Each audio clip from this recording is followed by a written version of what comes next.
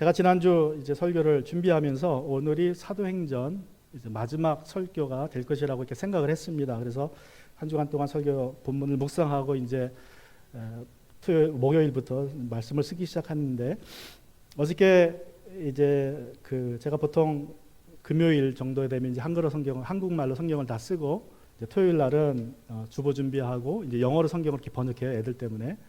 그래서 토요일 날 아침에 이제 영어 설교를 준비하는데, 또 점심 먹고 나니까 그런 생각이 들더라고요. 갑자기 혹시 또 내가 또 한 번 더 설교해야 되지 않나, 그런 생각이 갑자기 스쳐 지나가서, 그럴 설교 다 끝났는데, 한국어 설교 다 마쳤는데 그럴 일은 없겠지 하고 이제 사무실 들어와서 열심히 영어로 설교를 번역하는데, 영어 설교 다 끝날 때쯤에 갑자기 또 생각이 바뀌었어요. 하나님이 또 은혜를 주셔가지고 한 번에 다 못 마치겠구나라는 생각이 들었습니다. 그래서 영어 설교하면서 한국어 설교 내용이 좀 끝에 가서 바뀌어가지고 한 번 더 사도행전을 강해해야겠다라는 생각을 하게 되었습니다. 그래서 오늘이 마지막이 아니라 이제 다음 주로 마지막이 될 것 같습니다. 그래서 오늘 설교 제목은 마침내 로마에라고 잡았습니다. 이제 마침내 바울이 로마로 들어왔습니다. 27장 한 장이 이 폭풍의 내용인데, 많은 성경학자들이 그렇게 생각을 해요. 이거 27장 내용은 사실 굳이 필요 없는 내용입니다. 흥미로운 이야기지만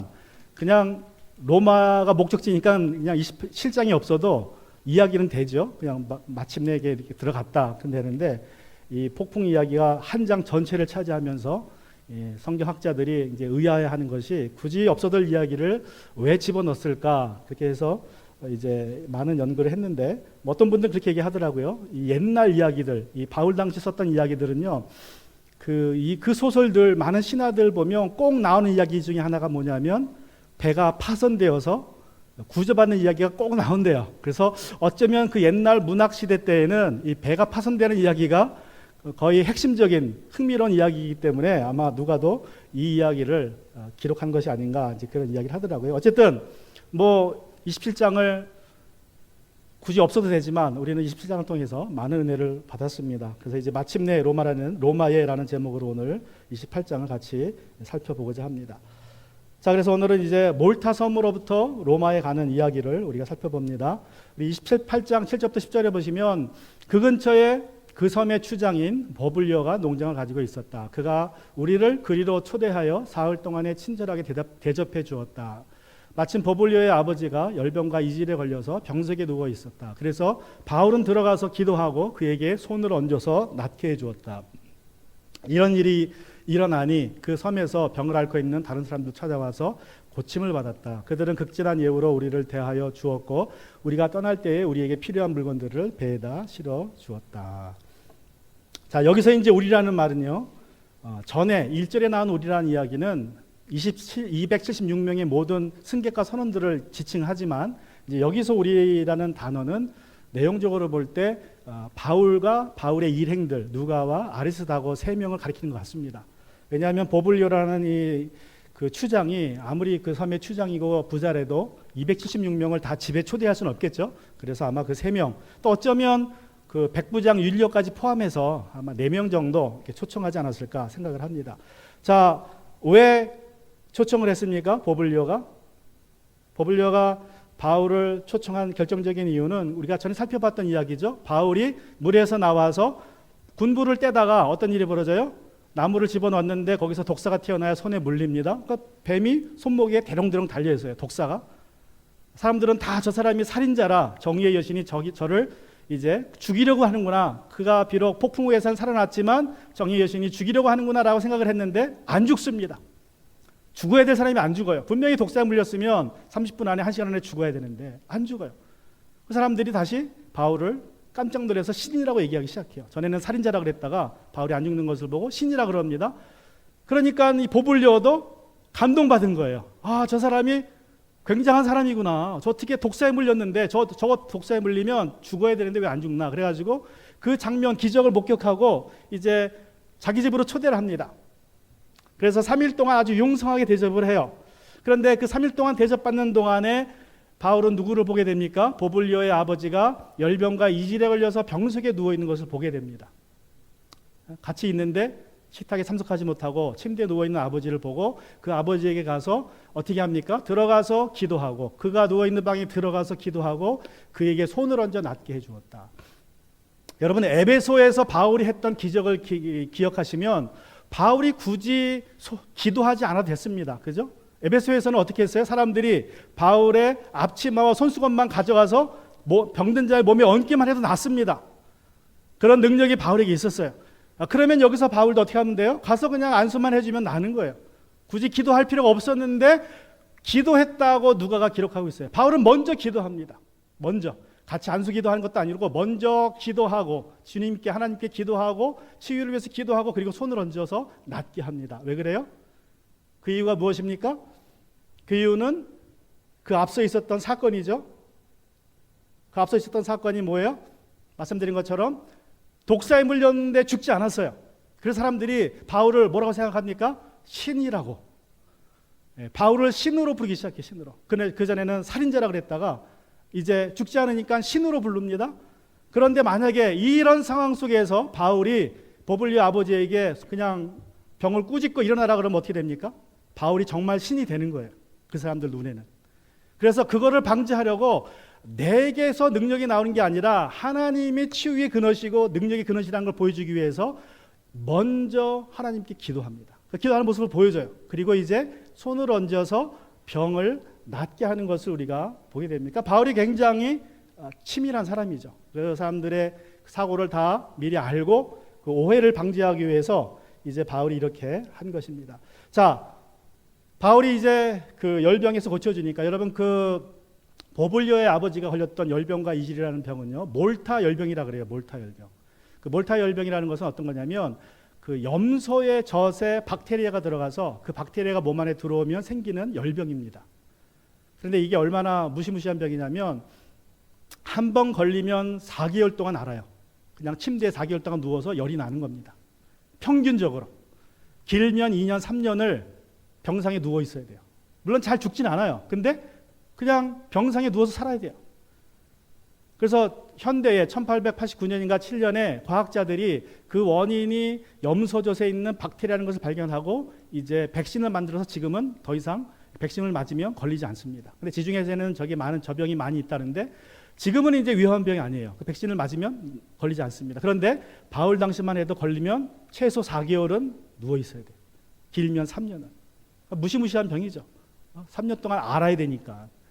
자, 그 병에서 고침을 받으니까 그 낫는 것을 보고 이제 동네 사람들이 다 병자들 데리고 몰려와서 바울에게 치유를 부탁합니다. 그래서 바울이 다 기도해주고 안수해줘서 낫게 해줬어요. 그랬더니 그들이 어떻게 했습니까? 그들이 바울 일행을 잘 대해줬다. 어떻게 잘 대해줬습니까? 어떤 식으로? 우리에게 필요한 그들은 극진한 예로 우리를 대하여 주었고 우리가 떠날 때에는 우리에게 필요한 물건을 우리가 먹을 것 우리에게 필요한 남은 여정 동안 필요한 것들을 다 배에 실어달 정도로 아주 극진하게 대접을 했습니다. 자, 그래서 이제 마침내 몰타섬에서 이제 겨울을 지내고 이들이 떠나게 됩니다. 1절부터 보시면 석 달 뒤에 이제 몰타섬에 석 달을 지내고 우리는 그 섬에서 겨울을 난 디오구스라는 이름이 붙인 알렉산드리아 배를 타고 떠났다. 자, 3개월 동안 거기 섬에 있었는데 마침 그 섬에 몰타섬에 이집트 알렉산드리아에서 온 디오스구스구로라는 배가 있었습니다. 그 배가 그 항에 들어와서 겨울을 난 거예요. 겨울 동안 항해를 못 하니까. 그래서 그 배를 타고 그냥 로마로 바로 갈 수 있는 길이 열렸습니다. 자, 알렉산드리아에서 왔다는 걸 보면 이 배도 곡식을 싣고 가는 배였을 거예요.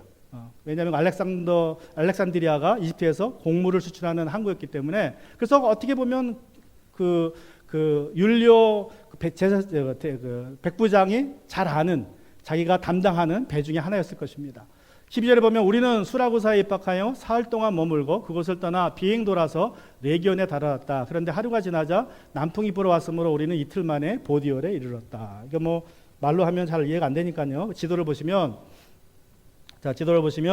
이제 여기서 출발해 가지고 쭉 왔죠. 와가서 여기서 태풍을 만나서 이렇게 간 겁니다. 여기까지 요 몰타섬에. 그리고 이제 여기 3개월을 지나고 요 시라쿠스라는 거 이제 일로 들어와서 가는데 큰 지도를 좀 보여드리면 이렇게 되는 겁니다. 이 크레타 섬에서 태풍 만나서 몰타까지 왔고, 몰타에서 이제 알렉산드리아의 배를 타고 수라구사라는 곳으로 와서 그 다음에 하루 만에 또 레기온으로 갔습니다. 그리고 여기서 남풍이 불어오니까 그 남풍을 타고 올라가서 이제 이 보디올이라는 곳으로 간 것입니다. 이제 그것을 이렇게 마지막 여정을 기록하고 있습니다. 자, 14절, 16절 보시면 우리는 거기서 신도들을 만나서, 거기라는 것은 보디올이죠. 그들의 초청을 받고 2일 동안 함께 지냈다. 왜냐하면 배가 2일 동안 있으면서 짐을 좀 내리고 다시 실었던 것 같아요. 그래서 배의 스케줄에 맞춰서 2일 동안 지냈습니다. 그런 다음에 드디어 우리는 로마로 갔다. 거기서 신도들이 우리의 소식을 듣고서 아피온 광장과 트레스그 마을까지 우리를 맞으러 나왔다. 바울은 그들을 보고 하나님께 감사를 드리고 용기를 얻었다. 우리가 로마에 들어갔을 때에 바울은 그를 지키는 병사 한 사람과 함께 따로 지내도 된다는 허락을 받았다. 자, 보디올에서 이제 믿음의 형제들을 만나서 7일 동안 그들과 교제하며 쉼을 얻고 도전받고 또 위안을 받습니다. 또 권면을 받습니다. 그 믿음의 교제를 통해서. 자, 그래서 지친 몸과 마음과 영혼에 힘을 얻습니다. 그래서 마침내 그것을 떠나고 로마로 들어가는 이제 장면이 오늘 14절부터 나오는 것입니다. 자, 본래 바울의 계획은 무엇이었습니까? 바울은 무슨 자격으로 로마에 가고자 했습니까? 본래 에베소서에서 내가 로마도 가야 된다라고 결심했을 때는 어떤 모습으로 가고자 했습니까? 그냥 복음 전도자, 선교사의 모습으로 로마에 있는 형제들을 만나보고자 했어요. 자, 그런데 바울은 지금은 어떤 모습으로 도착을 했습니까? 우리가 아는 것처럼 죄인의 모습으로 손에 쇠사슬을 묶고 그들 앞에 섰습니다. 그러니까 바울의 본래 계획과는 완전히 다른 거예요. 자유인으로서 복음 전도자로서 갔어야 되는데 지금은 이제 죄인으로서 가게 됐습니다. 어떻게 보면 부끄러운 모습이죠. 이유야 어떻든 간에 그들 앞에 참 부끄러운 모습으로 서게 됐습니다. 나중에는 이 모습 때문에 많은 사람들에게 오해를 받고 지탄을 받기도 했다고 이 빌립보서 말씀해 보면 기록되어 있습니다. 자, 그래서 이제 로마에 가서 자기가 지난 10년 동안 3회에 걸쳐서 다녔던 그 선교를 보고하고 로마의 성도들에게, 그리고 그 사람들을 통해서 스페인으로 갈 때에 기도와 물질의 후원을 받고자 하는 것이 바울의 본래 계획이었어요. 근데 아쉽게도 그 계획이 그의 뜻대로 이루어지지 않았습니다. 그는 두 손에 쇠사슬이 묶인 죄인의 몸으로 그들 앞에 섰습니다. 자, 바울은 이제 이렇게 죄인의 모습으로 그들 앞에 섰지만, 자기가 예상치 못한 모습으로 그들 앞에 섰지만, 여러분 이제 2000년이 지난 지금, 바울이 죽고 2000년이 지난 지금 우리의 관점으로 볼 때에는 바울이 본래 자기 원했던 모습으로 복음 전도자의 모습으로 로마에 갔을 때보다 죄인의 모습으로 간 것이 기독교나 우리에게는 더 덕이 됩니다. 더 유익해요. 여러 가지 면에서. 제가 두 가지만 생각해 봤는데, 자, 첫 번째로 어떤 면에서 바울이 죄인의 몸으로 로마에 간 것이 우리에게 유익이고 기독교의 힘이 되었나. 첫 번째로 바울이 죄인의 몸으로 로마에 갔기 때문에 그 로마에서 옥중서신이라는 편지를 씁니다. 옥중서신. 바울이 쓴 약 10개 그 정도의 13개 그렇게 얘기하는데, 그 중에 약 4개, 그 중에 4편지를 로마에서 가택연금된 상태에서 써요. 그래서 그 편지들을 옥중서신이라고 해요. 에베소서, 골로새서, 빌레몬서, 빌립보서 이런 서신들입니다. 만약에 바울이 그냥 평범하게 갔다면 우리 손에는 이 옥중서신이 없는 거예요. 신약성경 27권에 4권의 책이 없는 것입니다. 23권만 있는 것이에요. 그런데 그가 죄인의 몸으로 갔기에 우리에게 이 귀한 서신들이 있습니다. 여러분, 바울이 에베소서를 썼기에 옥중에서 우리는 뭘 알게 됐습니까? 우리를 향하신 하나님의 사랑, 우리의 구원 계획이 태초부터 있었던 걸 우리가 알게 되었어요. 그죠? 그 에베소서에서 나온 이야기죠. 우리가 오직 믿음으로 하나님의 은혜로 구원받는 사실이 에베소서에서 나와서 우리가 배우게 됐습니다. 또 우리가 성령에 충만하다는 것이, 성령이 항상 충만해야 되는데 성령에 충만하다는 것이 우리의 가정을 잘 돌보고 우리의 삶을 잘 주님 안에서 사는 것이 성령의 충만한 모습이라는 것을 우리가 알게 됩니다. 또 우리의 싸움이 혈과 육의 싸움이 아니라 영의 싸움이라는 것을 우리가 에베소를 통해서 알게 돼요.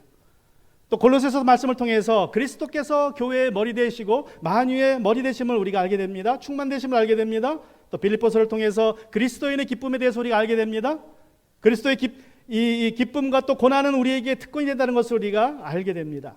또 무슨 일을 하든지 우리가 허영심으로 하지 말고 경쟁을 하지 말고 자기보다 남을 낮게 여기는 마음으로 해야 된다는 것을 우리는 알게 되었습니다. 또 빌레몬서를 통하여서 뭘 알게 됐습니까? 내가 구원받기 전에는 쓸모없는 인간이었지만 내가 구원받은 이후에는 쓸모있는 인간이 되었다는 사실을 우리가 알게 됩니다.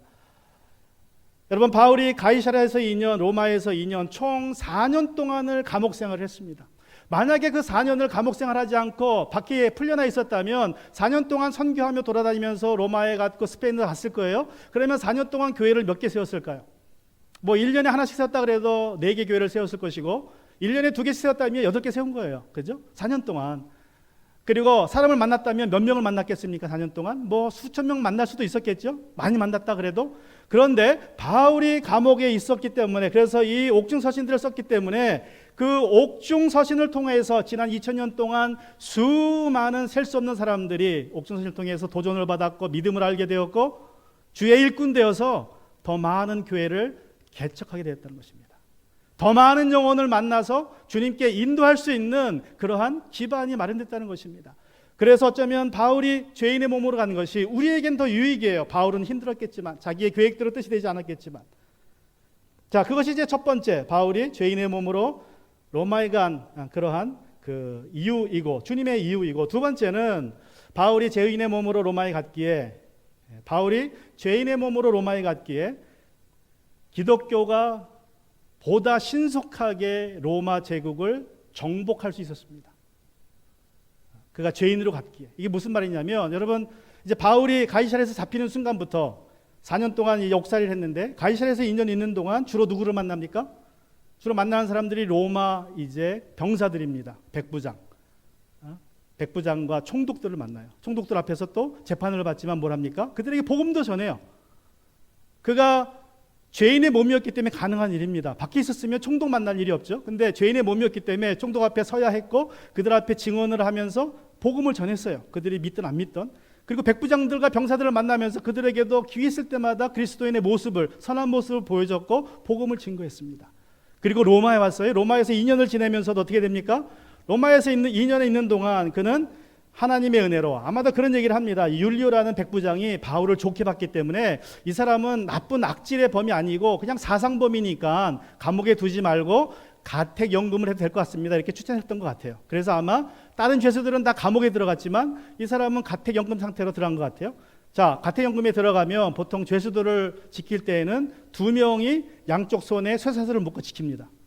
24시간을 4시간씩 돌아가면서. 베드로가 그렇게 했어요. 베드로가 잡혔을 때 2명의 병사가 양쪽 손에 하나씩 묶여가지고 24시간 지켰습니다. 한 번에 4시간씩. 그러니까 패가 돼서 많으면 4명이 지킵니다. 자, 그런데 오늘 보면 바울은 1명이 지켰어요. 가택연금 상태에서. 집에서 자유롭게 돌아다녔는지 모르겠지만 그냥 정상적으로 생각하면 아마 체인에 묶여 있을 수도 있어요. 집에 안에 있지만. 로마 병사 1명이 바울과 최소한 4시간을 같이 묶여 있습니다. 그리고 돌아가요. 4시간마다 사람이 바뀌어요. 그럼 하루에 몇 명이? 6명이 바뀌는 거예요. 자, 그러면 뭐 바울과 체인에 묶여 있든 같이 쇠사슬에 묶여 있든 아니면 한 집에 있든 바울과 같이 있으면 바울이 그 사람들한테 뭐 했겠습니까? 뭐 했겠어요? 같이 붙잡혀 있는 병사들에게 복음을 전했겠죠. 그죠? 복음을 전했을 거예요. 예? 귀가 그냥 아플 정도로, 귀에서 피날 정도로 계속 복음을 얘기했을 겁니다. 예? 끊임없이. 도망가지도 못하잖아요. 같이 있어야 되니까 계속 복음을 전해요. 그러면 6명 중에 1명은 믿는 거예요. 예? 근데 여러분, 이 바울을 지금 지키고 있는 부대는 황제 부대입니다. 황제 부대. 황제 소속 부대예요. 황제의 명령을 따르는 부대입니다. 아주 가장 높은 정예 부대라 그래요. 그래서 이 황제 부대는 누가 들어오냐면 귀족들의 자제들이 들어오고 황제 가족이 들어와요. 아무나 들어오지 않습니다. 그래서 이 황제 부대를 제대하면 정치가가 되는 거예요. 로마 사회의 귀족으로서 지도자가 됩니다. 남자들이. 자, 그런데 이 바울이 바로 그 황제 부대 병사들에게 지금 붙잡혀 있는 거예요. 그 사람 중 6명이 하루 종일 바울 같이 있습니다. 바울이 복음을 전해요. 듣기 싫어도 들어야 돼요. 그래서 이제 그 사람들이 예수 믿으면 그 순간부터 뭘 합니까? 그 순간부터 이제 1대1 제자 훈련을 하는 거예요. 구원받은 사람한테. 그러니까 이제 로마의 병사를 그리스도의 병사로 키우는 거예요. 바울이 그 안에서. 예? 이 놀라운 일이 벌어집니다. 그래서 어떤 일이 벌어져요? 2년 동안 그렇게 한 이후에 어떤 일이 벌어집니까? 빌립보서 1장 13절에 보면 바울이 이렇게 써요. 이게 빌립보서가 로마에 썼다 그랬죠. 이러므로 나의 매임이 그리스도 안에서 온 시대 안에 기타 모든 사람에게 나타났으니, 시대라는 말이 로마 황제의 친위대라는 말입니다. 나의 매임이라고 해서 매임. 우리 세번역 성경에는 그냥 그 죄인되었다고만 표현이 됐는데 직역은 매인 겁니다. 자, 그렇게 해서 이제 지내면서 어떤 일이 벌어져요? 빌립보서 4장 22절에 보시면 모든 성도가 여러분에게 문안합니다. 특히 황제의 집안에 속한 사람들이 여러분에게 문안합니다. 그래요. 자, 빌립보서는 로마에서 가택 연금된 상태에서 썼어요. 그런데 바울이 빌립보서로 끝에 가서 하는 말이 황제의 집안 식구들이 빌립보에 있는 여러분들에게 문안합니다. 인사드립니다. 그래요. 물론 여기서 말하는 집안이라는 말, 집안에 속한 사람들이라는 말이 어느 정도까지 이렇게 설명하는지는 의견이 분분합니다. 저 하우스홀드라는 말, 이 집안이라는 말이 그 당시만 해도 우리 뭐 동양사회도 마찬가지지만 한 지붕 밑에 사는 사람들은 다 집안 식구였어요. 우리도 한 지붕 밑에서 먹는 사람들은 다 식솔이라 그러죠. 식구. 그죠? 그래서 식솔에는 누가 포함됩니까? 종들도 포함이 돼요. 그 집에서 일하는 일꾼도 내 식솔이라 그럽니다. 그래서 하우스홀드라는 말, 집안이라는 말도 그런 식으로 이해가 됐어요. 저 당시에. 그래서 집안이라는 말은 그 집안의 혈육, 가족뿐만 아니라 그 집안에서 먹고 자는 사람들을 다 집안 사람들이라고 불렀어요. 하우스홀드. 그래서 황제의 집안에 속한 사람들이라는 말은 황제의 와이프나 자녀들이나 그 직계 가족들이 아니라 황제의 궁전. 저 황제는 네로입니다. 네로의 궁전에서 일하는 모든 종들과 일꾼들을 가리키는 말이다라고 해석을 합니다. 많은 신학자들이. 저는 그럴 수도 있지만 또 그 중에 하나 정말 황제의 피부치가 그리스도인이 되어 있을 수도 있어요. 그건 모르는 거죠. 저 단어로 볼 때는 그 궁정에 있는 종들이나 일꾼들만 그리스도인일 수도 있지만 또 하나님의 은혜로 진짜 네로 황제의 혈통 중에 누군가가 그리스도인이 이미 되어 있었을 수도 있다는 가능성을 우리가 생각해 볼 수 있습니다. 그래서 여러분이 바울이 로마 황제 부대의 병사들에게 감시받았다는 말은요, 그들을 통해서 복음이 로마 황제한테 가는 거예요. 그리고 그 이후로 계속해서 로마의 궁 안에 복음이 들어갑니다. 그들을 통해서. 그래서 결국 313년에 컨스탄틴이 기독교를 공식 종교를 인정을 해주죠. 물론 사건이 있지만, 근데 그 사건이 있던 것도 어떤 영향이 있냐면, 이 컨스탄틴의 어머니 헬렌인가요? 헬레나가 기독교 신자였어요. 황제의 어머니가. 아마 그 어머니 영향이 있었을 거예요. 그러니까 어떤 기적을 경험했는데, 여러분 그것은 무슨 말이냐면 이미 그 이전부터 그 귀족들 안에, 왕 가문 안에 믿음의 영향이 있었다는 거예요. 그래서 313년에 마침내 기독교가 공식 종교가 되고, 그리고 주 400년에는 기독교가 유일한 로마의 공식 종교가 됩니다. 다른 종교들은 다 법적으로 불법이 돼버려요. 그때 기독교가 로마를 완전히 정복한 거예요. 여러분, 저는 그 시작이 가장 큰 이유가 바로 이 바울이 친위대들에게 갇혀 있었기 때문에 이렇게 빨리 로마의 핵심부에, 로마 제국의 핵심부에 복음이 들어간 결과라고 생각을 합니다. 자, 그래서 이제 비록 바울이 자기의 뜻대로는 로마에 가지 않았지만, 죄인의 몸으로 갔지만, 그것으로 인해서 우리에게는 두 가지 혜택이 있었던 거예요. 옥중 서신이 써졌고, 그래서 더 많은 사람들이 바울의 영향을 받게 되었고, 그리고 바울의 그 옥중 생활을 통하여서 로마의 황제까지, 궁정에까지 복음이 들어가는 놀라운 일이 벌어진 것입니다. 자, 그래서 여러분, 일들이 내 뜻대로 계획대로 되지 않는다고 해서 너무 실망하지 마세요. 혹시라도 지금은 이게 내 뜻과 계획이 아니라서 지금 좌절되고 실망이 되지만, 여러분이 천국 가서 뒤돌아보면 어쩌면 내 뜻대로 됐을 것보다 지금 이 상태로 하나님의 은혜 가운데서 하나님이 주관하신 대로 흘러갔지만, 내 뜻은 아니지만 나중에 뒤돌아보면 내가 예상치 못한 더 놀라운 일들이 결과가 있게 될 줄로 믿습니다. 그것이 바울의 옥중 생활이 우리에게 주는 교훈이라고 할 수 있습니다. 자, 이제 말씀을 17절부터 20절까지 보시면 사흘 뒤에 바울은 그곳 유대인 지도자들을 불러 모았다. 그들이 모였을 때 바울이 이렇게 말하였다. 자, 바울이 이제 죄인의 몸으로 집을 못 떠나니까 그렇지 않았으면 회당으로 갔겠죠. 그래서 만났을 텐데 회당에 못 가니까 사람을 보내서 지도자들을 불러 자기 집으로 불러 모았습니다. 동포 여러분, 나는 우리 교회와 조상들이 전하여 준 풍속을 거스른 일을 한 적이 없습니다. 그런데 나는 죄수가 되어서 예루살렘에서 로마 사람의 손에 넘겨졌습니다. 로마 사람은 나를 신문하여 보았으나 사형에 처할 만한 아무런 근거가 없으므로 나를 놓아주려고 하였습니다. 그러나 우리 유대 사람이 반대하는 바람에 하는 수 없이 내가 황제에게 상소한 것이 아니었습니다. 나는 절대로 내 민족을 고발하는 것이 아니었습니다. 이런 까닭으로 나는 여러분을 뵙고 말씀드리려고 여러분을 오시라고 청한 것입니다. 내가 이렇게 쇠사슬에 매여 있는 것은 이스라엘의 소망 때문입니다. 자, 바울이 이제 자기가 죄인의 몸으로 로마에 온 것을 저렇게 설명을 했습니다. 그리고 그 결론은 뭐예요? 결론은 내가 쇠사슬에 매인 것은 이스라엘의 소망 때문이다. 그러니까 우리 모두의 소망 때문이다. 예수님의 부활의 소망 때문이다. 라고 이렇게 밝게 얘기했습니다. 그러자 어떻게 반응을 합니까? 지도자들이 그들이 바울에게 말하였다. 우리는 아직 유대로부터 당신에 관한 편지를 받은 일이 없고, 자, 아직 유대 땅에서 당신에 대한 소식을 듣지 못했다. 이렇게 얘기합니다. 왜 그래요?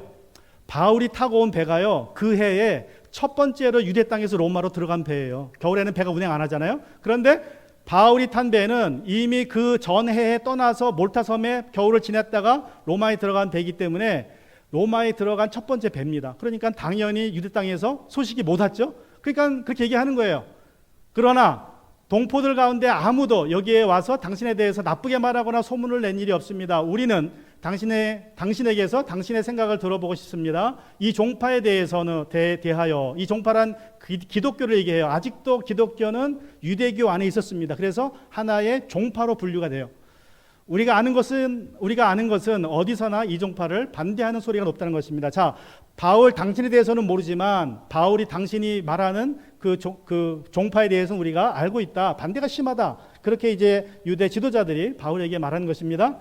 자, 그리고 이제 23절에 보면 그들은 바울과 만난 날짜를 정하였다. 자, 그날 시간이 다 가버렸어요. 그래서 날짜를 정해서 이제 자세히 알아보고자 합니다.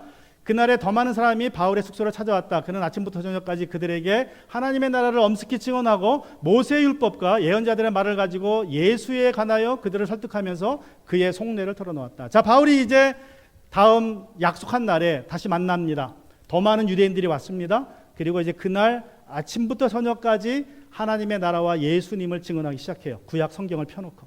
그리고 자기 속내를 얘기합니다. 내가 말하는 이스라엘의 소망이 이겁니다. 예수 그리스도의 부활입니다. 라고 이제 밝히 증거를 합니다. 자, 그랬더니 어떤 일이 벌어집니까? 그들은 바울의 선포에 어떻게 반응을 합니까? 24절에 보시면 더러는 그의 말을 받아들였으나 더러는 믿지 않았다. 더러는 이게 몇 명인지 몰라요? 또 더러는 얼마나 그의 말을 받아들였는지 얼마나 믿었는지 모르겠지만 더러는 두 번 나왔으니까 뭐 50-50라고 볼 수 있죠. 반반. 반은 믿었고 반은 안 믿었다 그렇게 이해할 수 있는데 어쨌든 중요한 거는 바울이 전한 복음 때문에 유대인들 지도자들 간에 분열이 생겼습니다. 분열이. 둘로 나눠져 버렸어요. 믿는 자들과 불신자들로 나눠졌습니다. 여러분, 복음은 언제나 가릅니다. 어쩔 수 없어요. 이 진리는 갈라요. 진리가 퍼지면 진리편에 서는 사람과 진리를 반대하는 사람들 사이로 갈라지게 돼 있어요. 그래서 예수님도 뭐라 그래요? 너희 가족 중에 원수가 있다는 말도 뭐예요? 너희 가족 중에 예수 믿는 사람과 믿지 않는 사람들이 갈라진다는 거죠. 복음은 갈라지게 하는 특성이 있어요. 어쩔 수 없는 것입니다. 자, 유대인들도 갈라졌어요. 자, 이에 대해서 바울이 또 이렇게 얘기합니다. 25절부터 그들이 이렇게 견해가 서로 엇갈린 채로 흩어질 때에 바울이 이런 말을 한마디 하였다. 성령께서 예언자 이사야를 통하여 여러분의 조상에게 하신 말씀은 적절합니다. 자, 이 말씀은 이사야 6장 9절과 10절입니다. 곧 이런 말씀입니다. 이 백성에게 가서 말하여라. 너희가 듣기는 들어도 깨닫지 못하고 보기는 보아도 알지 못한다. 이 백성의 마음이 무디어지고 귀가 먹고 눈이 감기어 있다. 이는 그들로 하여금 눈으로 보지 못하게 하고 귀로 듣지 못하게 하고 마음으로 깨닫지 못하게 하고 돌아서지 못하게 하여 내가 그들을 고쳐주지 않으려고 하는 것이다. 자, 여기서 이제 먼저 좀 나누고 싶은 것은 바울이 유대인들을 뭐라고 부릅니까? 여러분의 조상이라고 부릅니다. 여러분의 조상. 여러분이라고 불러요. 여러분. 그전에는 어떻게 불렀습니까? 처음에 만났을 때는 뭐라고 불렀어요? 처음에는 17절에 보면 동포 여러분, 동포 여러분. 스데반도 유대인들을 동포 여러분 불렀죠. 그죠? 동포 여러분이라는 말은 존경과 사랑이 담긴 표현입니다. 유대인들끼리 동포 여러분 그러면 굉장히 존경을 표하는 단어인데 이제 와서는 뭐라 그래요? 여러분의 조상. 자신과 유대인들을 분리시켜 버려요. 예수 그리스도를 받아들이지 않은 여러분의 조상. 이렇게 얘기하는 것입니다. 자, 그래서 이제 바울이 그들의 상황을 이렇게 이제 여러분의 조상이라는 말로 표현을 했습니다. 바울은 이사야 6장 9절과 10절의 말씀을 인용했는데 중요한 것은 이 말씀을 예수님도 인용했다는 거예요. 마태복음 13장 14절부터 15절에 보시면 예수님이 비유의 말씀을 하시는 이유로 이 말씀을 이제 인용하십니다. 이사야 예언이 그들에게 이루어지는 것이다. 너희가 듣기는 들어도 깨닫지 못하고 보기는 보아도 알지 못할 것이다. 이 백성의 마음이 무디어지고 귀가 먹고 눈이 감기어 있다. 이는 그들로 하여금 눈으로 보지 못하게 하고 귀로 듣지 못하게 하고 마음으로 깨닫지 못하게 하고 돌아서지 못하게 하여 내가 그들을 고쳐주지 않으려는 것이다. 여러분 이 말씀을 그냥 문자적으로 해석을 하면 이해를 하면 마치 하나님께서 이스라엘 백성들의 눈을 가리고 귀를 막았기 때문에 예수님이 비유로 말씀해도 깨닫지 못한 식으로 이해가 될 수 있어요. 그죠? 그냥 그 느낌은. 그런데 예수님의 의도, 하나님의 의도는 뭐냐면 그들의 마음이 듣기를 거부하고 귀가 닫혀 있기 때문에 네가 그러냐? 그럼 그렇게 갖게 해줄게 이런 식이에요. 쉽게 말하면 그들이 듣지 않고자 이미 마음이 결단했기 때문에 그러면 니들 뜻대로 해라 이런 뜻입니다. 여러분 출애굽 시 이스라엘 백성들을 계속 핍박을 하죠. 그 마음을 완고하게 했다 그러죠. 그러니까 처음에는 바로가 스스로 자기 마음을 완고하게 합니다. 그런데 나중에는 어떤 표현이 나와요? 하나님이 바로의 마음을 완고하게 하셨다는 표현이 나오죠. 그 말은 무슨 뜻이냐면 처음에는 스스로 그렇게 완고하게 한 거예요. 이스라엘 백성들을 험하게 다뤘는데 그게 반복되니까 이제 하나님이 바로의 마음을 아시고 그래 네 마음이 그거냐? 그러면 그대로 가게 해줄게. 내가 도와줄게. 너는 그 마음대로 가라. 그런 뜻으로 말씀하신 것처럼 마찬가지로 여기도 똑같아요. 이스라엘 백성들이 하나님 말씀을 듣지 않으니까 그래 너희가 내 말 듣지 않을 거냐? 그러면 듣지 못하게 해줄게. 너희 길은 막혀질 거다. 그런 식의 말씀이에요. 이게 그 당시 유대인들의 영적인 상황이었습니다. 그래서 그 말씀을 바울이 이제 인용하는 거예요. 복음을 들어도 깨닫지 못하는 자들을 향해서. 자, 그런데 그들이 왜 왔습니까? 유대인들이 왜 바울에게 왔어요? 사도행전 28장 22절에 보시면 우리는 당신에게서 당신의 생각을 들어보고 싶습니다. 그들은 바울의 말을 듣고자 왔어요. 그런데 듣지 않습니다. 여러분 이 28장 17절부터 밑에 보면요. 듣는다는 말이 5번이 나와요. 그런데 그들은 들으러 왔는데 듣지 않아요. 그들의 영적인 상태가 그랬다는 것입니다. 자, 그래서 결국은 그들은 복음을 받아들이지 않으니까 유대인들이 바울이 뭐라고 선포합니까? 28절에서 그러므로 여러분은 하나님의 이 구원의 소식이 이방 사람에게 전파되었음을 알아야 합니다. 그들이야말로 그것을 듣고 받아들일 것입니다. 여러분이 안 들었기 때문에 이제 복음이 이방인에게로 갑니다. 이렇게 선포하는 거예요. 이게 사도행전의 패턴이죠. 사도행전의 패턴이 항상 바울은 어느 도시를 가거나 회당에 먼저 가서 유대인에게 복음을 전합니다. 그럼 그들에게 쫓겨나요? 복음을 전하다. 그러면 그때 선포합니다. 이제 나는 이방인에게 갑니다. 그리고 이방인에게 복음을 전해요. 똑같은 이제 내용을 이제 로마에서도 바울이 이야기하는 것입니다. 자, 그러면서 이제 이 말씀을 한 이후에 누가가 갑자기 사도행전을 끝내버려요. 30절, 31절, 29절은 성경에 없음이라고 나오는데 그건 다음 주에 다루고요. 자, 30절, 30절에 보시면 바울은 자기가 얻은 셋집에서 꼭 2해 동안 지내면서 자기를 찾아오는 모든 사람을 맞아들였다. 그는 아무런 방해도 받지 않고 아주 담대하게 하나님을 전하고 주 예수 그리스도에 관한 일을 가르쳤다. 이게 사도행전의 마지막 문장입니다. 사도행전의 마지막 결론이라고 볼 수 있는데, 자, 사도행전의 마지막 결론의 이야기를 치고는 좀 싱겁습니다. 굉장히 싱거워요. 여러분 다른 이야기들, 복음서의 이야기들을 보면 그 끝은 우리가 암송할 정도로 굉장히 도전적인 말씀입니다. 그리고 그 이야기들을 잘 맺는 말씀이에요. 가령 마태복음 보시면 마태복음 마지막 말씀 우리가 잘 아는 말씀이죠. 예수께서 다가와서 그들에게 말씀하셨다. 나는 하늘과 땅의 모든 권세를 받았다. 그러므로 너희는 가서 모든 족속을 제자로 삼아서 아버지와 아들과 성령의 이름으로 침례를 주고 내가 너희에게 명령한 모든 것을 그들에게 가르쳐 지키게 하여라. 보라, 내가 세상 끝날까지 항상 너희와 함께 있을 것이다. 얼마나 멋있습니까? 이 마태복음의 결론입니다. 마가복음은 어때요? 16장 9절 마가복음, 주 예수께서 그들에게 말씀하신 뒤에 하늘로 들려 올라가셔서 하나님의 오른쪽에 앉으셨다. 그들은 나가서 곳곳에서 복음을 전파하였다. 주님께서 그들과 함께 일하시고 여러 가지 표정이 따르게 하셔서 말씀을 확증해 주셨다. 마가복음의 결론입니다. 끝맺음이에요. 그것도 얼마나 확실하게 끝냅니까?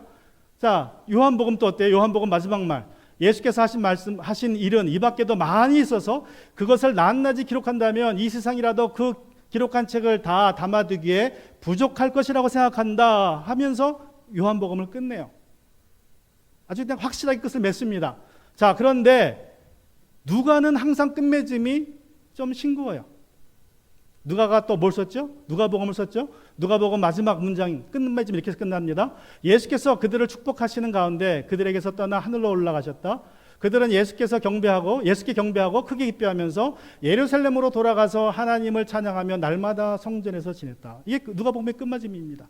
자, 마태복음, 마가복음의 끝맺음에 비하면 굉장히 달라요. 왜 그래요? 마태복음이나 마가복음은 세상에 나갔다는 거예요. 세상에 나가라는 건데 이거는 예루살렘으로 가서 성전에 머물러 있습니다. 그러니까 굉장히 끝맺음이 좀 끝맺음 같지가 않아요. 그래서 성경학자들은 이 이야기를, 자, 누가복음의 후속편을 쓰기로 이미 마음을 먹었기 때문에, 후속편이 뭡니까? 사도행전이죠. 자, 이게 누가복음은 1편이고요 사도행전은 2편입니다. 그래서 전편이 있고 후편이 있는데 이 후편을 생각했기 때문에 끝맺음이 사도행전에서 이어가니까 이렇게 끝낸 거다. 그래서 사도행전은 어떻게 시작해요? 1장에서는 예수님이 승천하는 이야기가 나오지만 2장에 가서 본격적인 이야기가 나오죠. 어떤 얘기가 나와요? 그들이 성전에서 기도하다가 성령이 내려와서 그 복음을 세상에 전파하는 이야기로 사도행전이 진행이 돼요.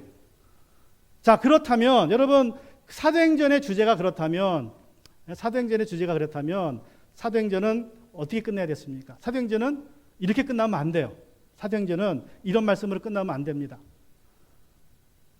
사실 사도행전의 이 결말의 말씀은 사도행전의 결말의 말씀이 아니라 오히려 바울의 로마에 가고자 하는 여정의 결말이죠. 저거는, 그죠?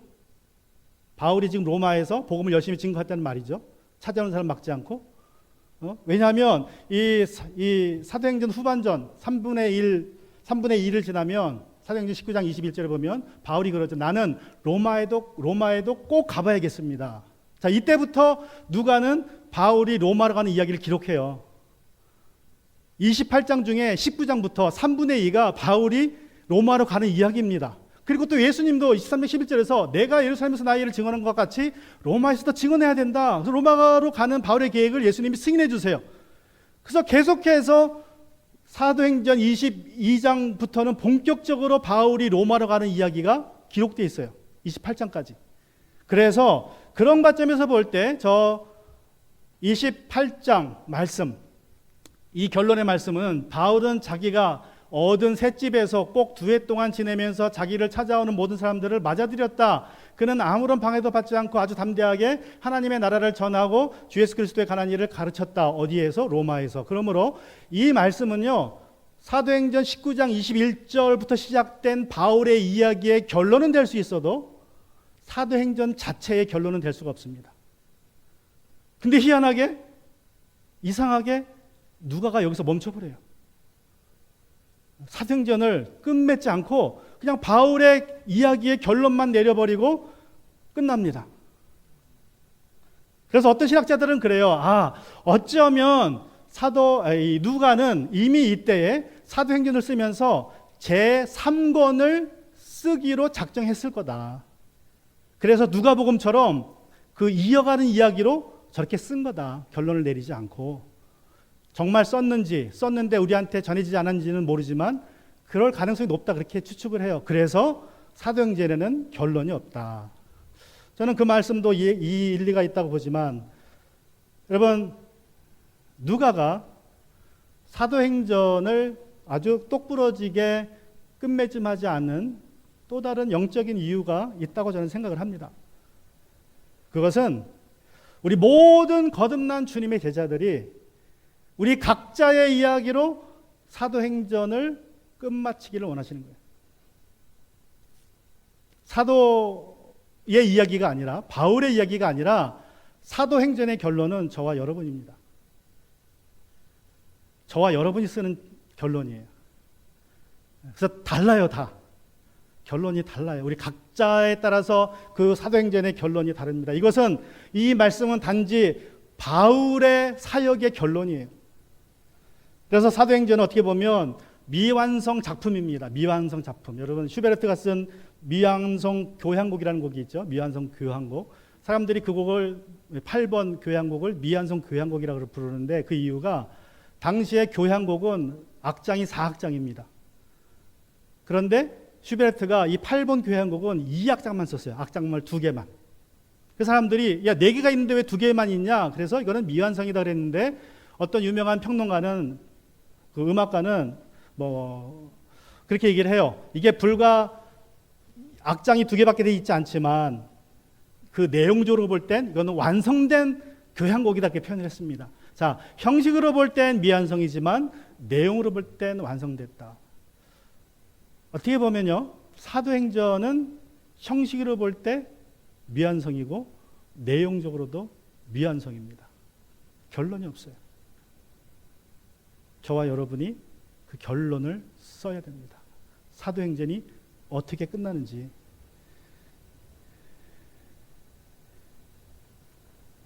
그래서 하나님의 말씀, 신구약 성경에는 이게 다 완성됐기 때문에 더 이상 쓰이지 않지만 우리 각자가 쓰는 행전이 있다는 사실을 여러분 꼭 기억하셔야 됩니다. 자, 여러분, 이 요한계시록 20장 12절에 보면 우리가 잘 아는 말씀이 있죠. 여기 보면 이렇게 말씀이 되어 있습니다. 나는 또 죽은 사람들이 큰 자나 작은 자나 할 것 없이 다 그 보좌 앞에 서 있는 것을 보았습니다. 그리고 책들을 펴놓고 또 다른 책 하나를 펴놓았는데 그것은 생명의 책이었습니다. 죽은 사람들은 그 책에 기록되어 있는 대로 자기들의 행위대로 심판을 받을 것입니다. 여기서 그 책은, 우리 한국어 성경은 단수로 되어 있지만 영어 성경은 그 책들입니다. 그 책들. 여러분, 생명의 책도 있지만 또 다른 책이 있어요. 행위의 책이 있습니다. 여러분은 지금 이 책을 쓰고 있지 않지만 여러분을 지켜보고 있는 천사가 여러분의 말과 여러분이 입에서 나오는 말과 행하는 것을 다 지금 기록하고 있어요. 그래서 그 책들이 펴집니다. 우리 하나님 앞에 섰을 때. 그리고 그 책에 근거해서, 내가 한 말에 근거해서, 내가 한 행위에 근거해서 우리는 심판받아요. 그런데 그것이 사도행전의 결론이라는 거예요. 그 책이 사도행전의 결론입니다. 여러분의 결론, 여러분만의 사도행전의 결론은 지금 우리가 쓰고 있는 것입니다. 그래서 어떻게 이야기하면 사도행전은 29장이 지금 쓰여지고 있어요. 29장부터는 여러분의 이야기입니다. 결론도 여러분이 내리는 것입니다. 다니엘서 보면 이 요한계시록 2장 20장 12절에 나온 말씀이 연결되어 있어요. 다니엘에 보면 불길이 강물처럼 그에게서 흘러나왔다. 수정되는 사람이 수천이요 모시고 있는 사람이 수만이었다. 심판이 시작되는데 책들이 펴져 있다. 저기서 나오는 책이 요한계시록 20장 12절에 나오는 그 책들입니다. 하나는 의인들의 행위를 기록한 책이고 다른 하나는 악인들의 행위를 기록한 책이라고 유대인들은 이해를 합니다. 자, 이제 우리가 사도행전의 결론을 쓰고 있습니다. 사도행전 29장 이후가 어떻게 써여져야 될지는 다음 주에 같이 나누고자 합니다. 우리 같이 시간 기도하기 원합니다. 우리